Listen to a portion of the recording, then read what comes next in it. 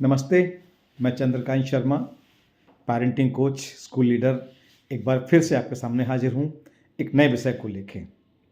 मित्रों, बच्चों की देखभाल में या उनकी परवरिश में एक सबसे बड़ा मुद्दा आज हमारे सामने है और ये है बच्चों की social emotional intelligence. Even NEP 2020 में इसको बहुत महत्व दिया गया है, इसलिए सीबीएसई ने भी बहुत प्रकार के बड़े सुधार इस दिशा में किए हैं। इसको पहले समझ लेते हैं। क्या होता है यदि कोई बच्चा सोशली इमोशनली इंटेलिजेंट होता है, स्किल्ड होता है? देखने में आया है कि ऐसे बच्चे एकेडमिकली भले ही एवरेज हों, लेकिन वो समाज में बड़े लीडर बनते हैं, सक्सेसफुल लाइफ को लीड करते हैं। लेकिन अगर कोई व्यक्ति एकेडमिकली एक्स्ट्रा ऑर्डिनरी है और उसने यूपीएससी एग्जाम भी निकाल लिया है, तो हमारे पास डेटा है, कई यूपीएससी ऑफिसर्स ने, आईपीएस ऑफिसर्स ने अपनी लाइफ को सुसाइड करके ख़त्म कर लिया है। समझ गए होंगे कि एक बच्चे की लाइफ में सोशल इमोशनल इंटेलिजेंस कितना बड़ा रोल प्ले करती है। इसको हम मोटा मोटा 4 भाग में बांट लेते हैं। इसका पहला हिस्सा होता है सेल्फ अवेयरनेस।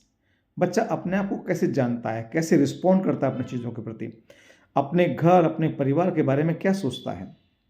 और इसका दूसरा हिस्सा होता है सेल्फ मैनेजमेंट। एक बार अपने आप को जान लेता है तो अपने आप को मैनेज कैसे करता है, किन परिस्थितियों में अपनी चीज़ों को, अपने स्वभाव को वह नियंत्रित करता है या आगे बढ़ता है। और तीसरे नंबर पर आता है सोशल अवेयरनेस, अपने सराउंडिंग को रिस्पॉन्ड करना, उनको जानना, एम्पैथी, सिंपैथी, माइंडफुलनेस को प्रैक्टिस करना। और इसका आखिरी जो मामला है, स्टेप है, वो होता है रिलेशनशिप मैनेजमेंट।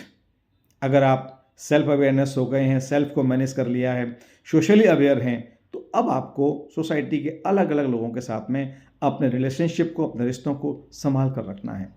सोचिएगा, अगर कोई बच्चा इन 4 मामलों में स्कूल एज में ही स्किल्ड हो जाता है, तो फिर उसका कॉलेज, उसका बाद का जीवन, मैरिड लाइफ और बीइंग अ लीडर, वह कितना ज़्यादा सफल हो सकता है।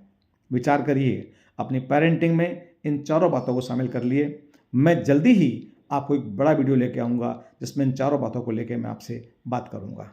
आज के लिए इतना ही काफ़ी है। नमस्कार।